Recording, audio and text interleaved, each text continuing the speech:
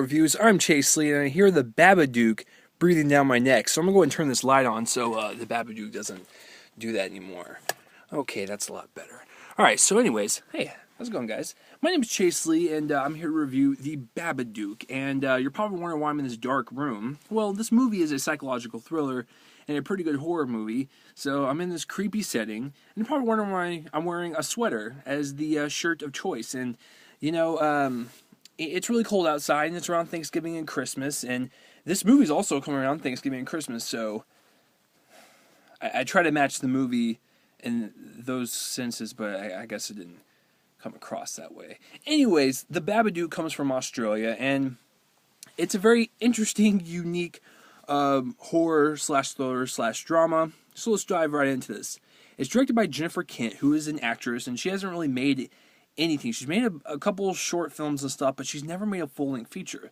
This was her first time. How did she do? I think she did a pretty good job for her very first time. She'll definitely grow from this, and she'll definitely be a lot better at her craft in terms of the directing side, but let's break this down. So the Babadook is directed by Jennifer Kent, like I said, and it focuses on a mother and her son and the grievance of their father and her and her husband. So, you know, she's a single mother and she's doing her thing, you know, taking care of the boy. And, you know, he starts seeing the Babadook, you know, this creature in the night, like just kind of like crawling throughout their house like some creepy maniac. And, you know, he's screaming and the mother's like, you know, stop it. You're seeing shit. Just stop it. And then, you know, she yells at the kid and then, you know, chaos ensues.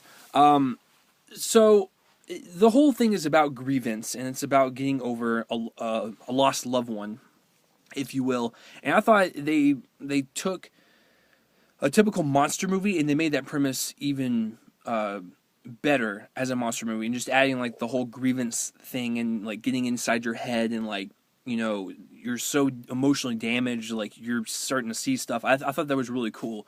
And another cool thing about this is that you don't actually see the Babadook. You see shadows, and you see like images in the night, like that's you know, lit very well from the great lighting in this movie, to where like it's very creepy because your imagination runs wild and you're just like, oh my god, what does this thing look like?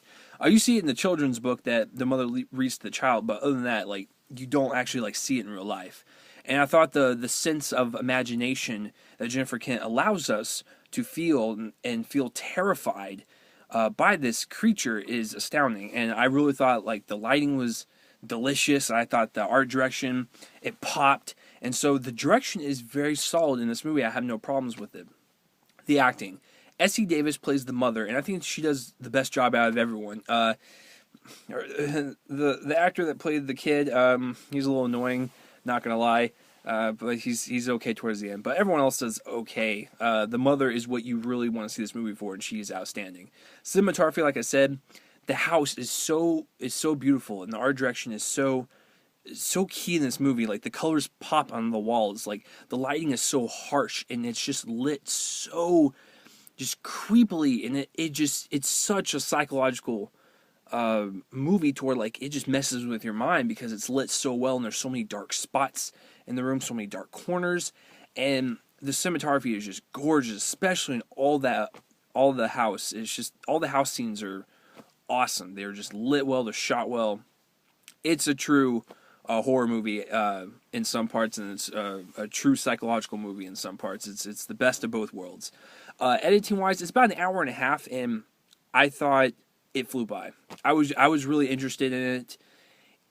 It's just one of those movies that you just don't see quite often, and it intrigues you. And I was intrigued by this entire movie.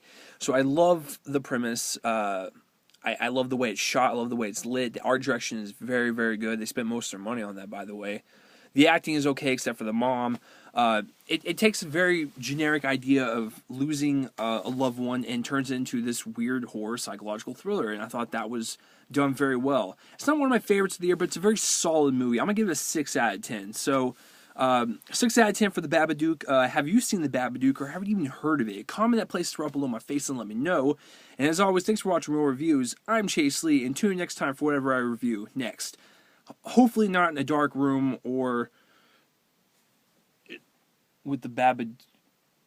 I think the Babadook's behind me, but that's okay. I'm gonna go and let him in here, and we'll be friends, and we'll go out and have some coffee. And we'll talk this thing over. But he'll probably eat me afterwards, so you might not see me for a while.